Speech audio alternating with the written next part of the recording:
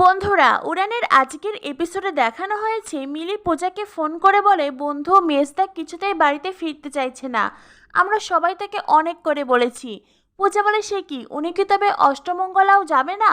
মিলি বলে হ্যাঁ যাবে তো, অষ্টমঙ্গলা যাবে, সেখানে তোমাদের জোর খোলা হলে তারপরে মেজদা গ্রামের বাড়িতে চলে যাবে।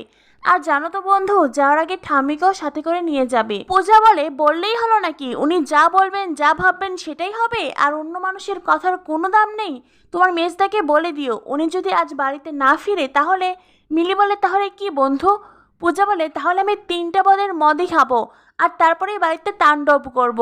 মিলি বলে সত্যি, মানে আমি এই কথাই বলবো? পূজা বলে হ্যাঁ তুমি এই কথাই বলো। এদিকে মহারাজের বাবা ঠাম্মি সকলেই তো মহারাজের দিকে তাকিয়ে আছে, মহারাজ বাড়িতে ফিরবে কিনা সেই কথা শোনার জন্য। মহারাজ বলে কি হলো, হ্যাঁ কি দেখছো তোমরা? বললাম তো বাড়িতে চলে যাও, আমি বাড়িতে ফিরবো না। তখনই সেখানে মিলি আসে। মিলি এসে বলে এই মেজদা শোন না, এদিকে আয়। এই বলে মহারাজের হাত ধরে মহারাজকে একটু আড়ালে নিয়ে যায়। মহারাজ বলে আরে তুই আমাকে এইভাবে এখানে আনলি কেন, কি হয়েছে বলবি তো? মিলি বলে মেজদা সর্বনাশ হয়ে গেছে। মহারাজ বলে সর্বনাশ হয়েছে মানে কি হয়েছে? মিলি বলে আসলে বন্ধু। মহারাজ বলে বন্ধুর কি হয়েছে বল। মিলি বলে বন্ধু আমাকে বলেছে বন্ধু তোর 3টে মদের বোতলে শেষ করে ফেলবে। মহারাজ বলে ওই রকম 3টে শেষ করলে না আরও 6টা বাড়িতে আসবে, ওইসবের ধার আমি ধারি না।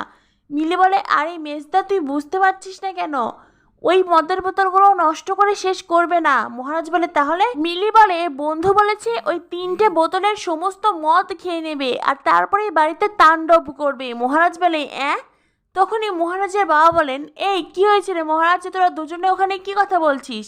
মহারাজ বলে তেমন কিছু নয় বাবা, তুমি বেশি চাপ নিও না। মিলি বলে মেজদা বিষয়টা কিন্তু যথেষ্ট চাপের। মহারাজ মনে মনে ভাবতে থাকে ওই পূজাকে বিশ্বাস নেই, ও যা খুশি তাই করতে পারে। তখনই মহারাজের বাবা ঠাম্মি সকলে মহারাজের কাছে এসে বলে হ্যাঁ রে কি হয়েছে, তোরা দুজনে তখন থেকে কি কথা বলছিস? মহারাজ বলে তেমন কিছু নয়।